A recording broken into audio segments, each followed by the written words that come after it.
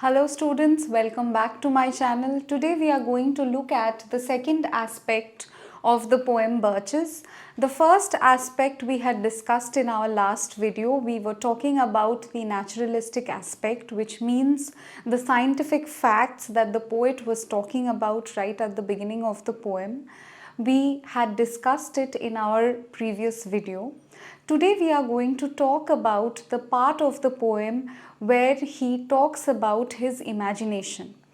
In our previous video, I had already mentioned that though this stanza does not follow, though this poem does not follow a conventional stanza break, but if we look at the poem closely if we observe the themes that are being discussed in the poem, we can divide the poem into three parts according to the ideas and aspects expressed in the poem. So, today we are going to look at the second aspect of the poem, that is the poet's imagination. That is, the second aspect today is the poet's imagination.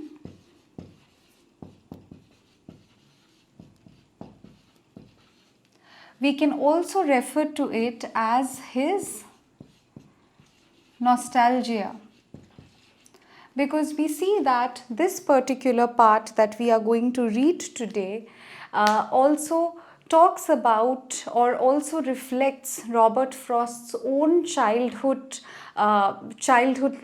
in the rural New England. So we will also get a glimpse of that in this part of the poem. So let us directly start reading the poem. We had stopped at this point where we saw that the poet was telling us, but I was going to say, when truth broke in. The word truth is in capital T. Here truth has been personified as a person, as if truth broke in. The expression broke in means it interrupted, truth interrupted his train of thought, his imagination, and was talking about all the scientific details in the first part of the poem. So now the poet returns to his imagination. Okay? So we see that he says, with all her, but I was going to say, when truth broke in with all her matter of fact about the ice storm, I should prefer to have. Now these expressions, I would like or I should prefer to have, indicates that it is the poet's imagination. He is now imagining. So he says he would like to think that some boy has bent the trees, some boy bent them means some boy must have been swinging on those trees and they have bent it in that position. They have bent it towards the ground.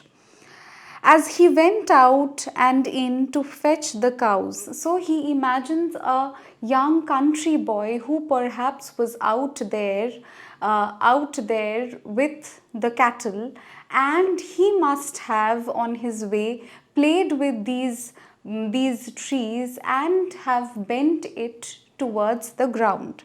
That is what he wishes to imagine. Some boy too far from town to learn baseball, and he imagines a boy who is far away from city, far away from town, who is not influenced by the culture of the city or by the norms of the city, where it is normal to play baseball. So he has no such influences, he is alone and he only plays with nature. So he imagines that kind of a character, whose only play was what he found himself. He was a boy who was alone and he only played whatever he could invent. Whatever he found himself means whatever he could invent, whatever he could utilize in nature, whatever he could play with, he would invent those games and he used to play alone. So he is imagining that kind of a character, that kind of a boy. Summer or winter and could play alone. Someone who did not have a group to play with. Someone who could play alone and who could interact alone with nature. This is important.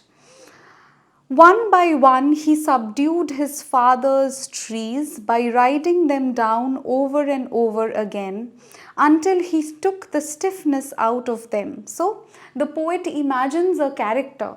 He imagines a boy who played in his father's yard, who played with his in his father's yard where the trees were present, and he played, he used to swing on those branches again and again, over and over again, until he took the stiffness out of them, until the tree was no longer stiff or straight or firm to stand straight. So he played until the trees were bent towards the ground.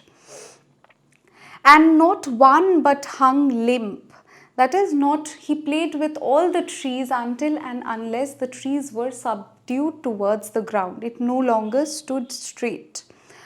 Not one was left for him to conquer. So he would appear as a young conqueror who would go around playing in the yard and conquering each tree one after the other, as if it was his conquest, as if it was his play that he had invented.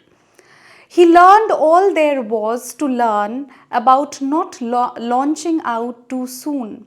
So this part he learned.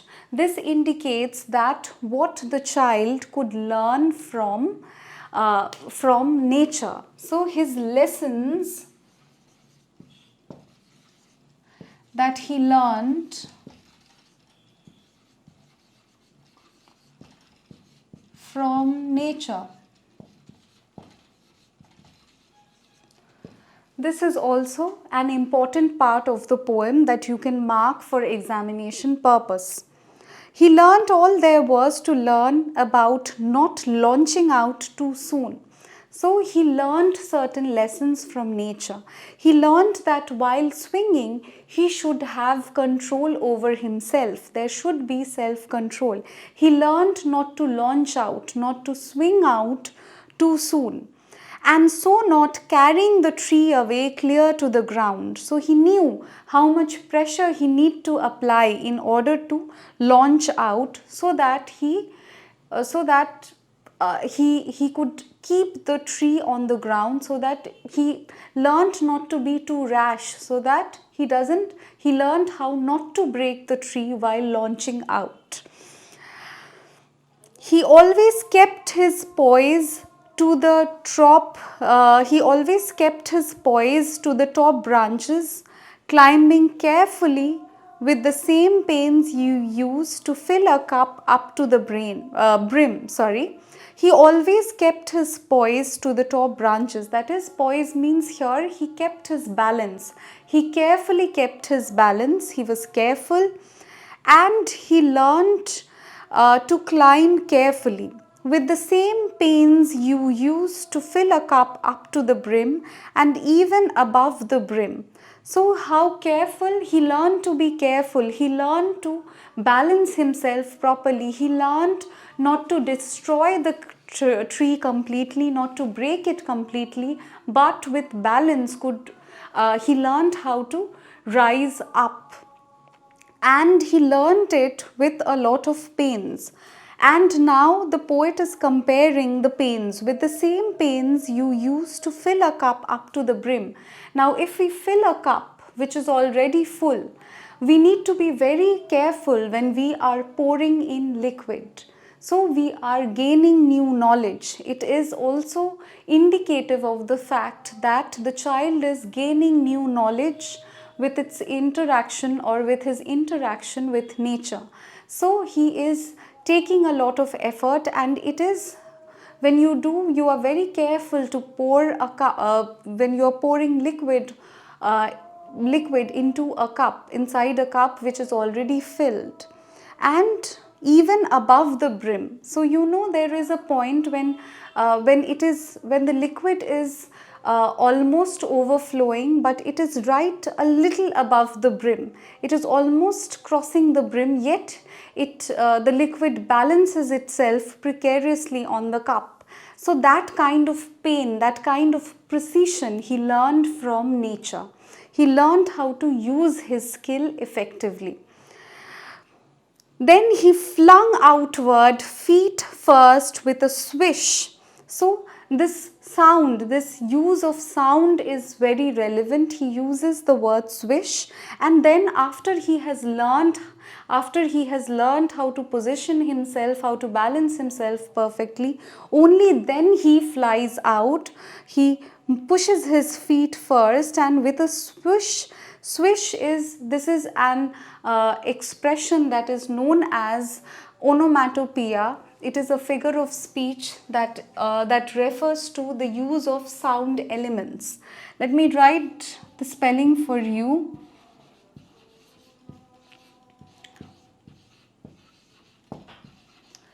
So onomatopoeia is a figure of speech that refers to the sound words that is used in a poem. Swish is one such sound, and kicking his way down through the air to the ground.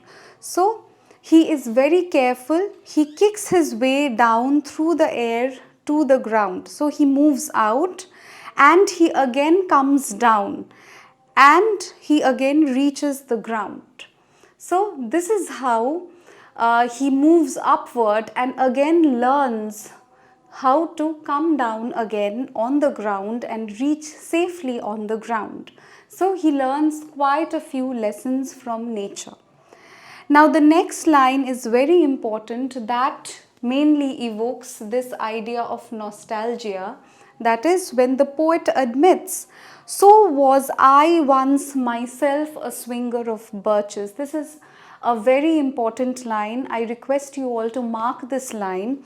This line means that he's referring to his own childhood, and he says that when he was young, he was also a swinger of birches. So this is a direct reference to his childhood days.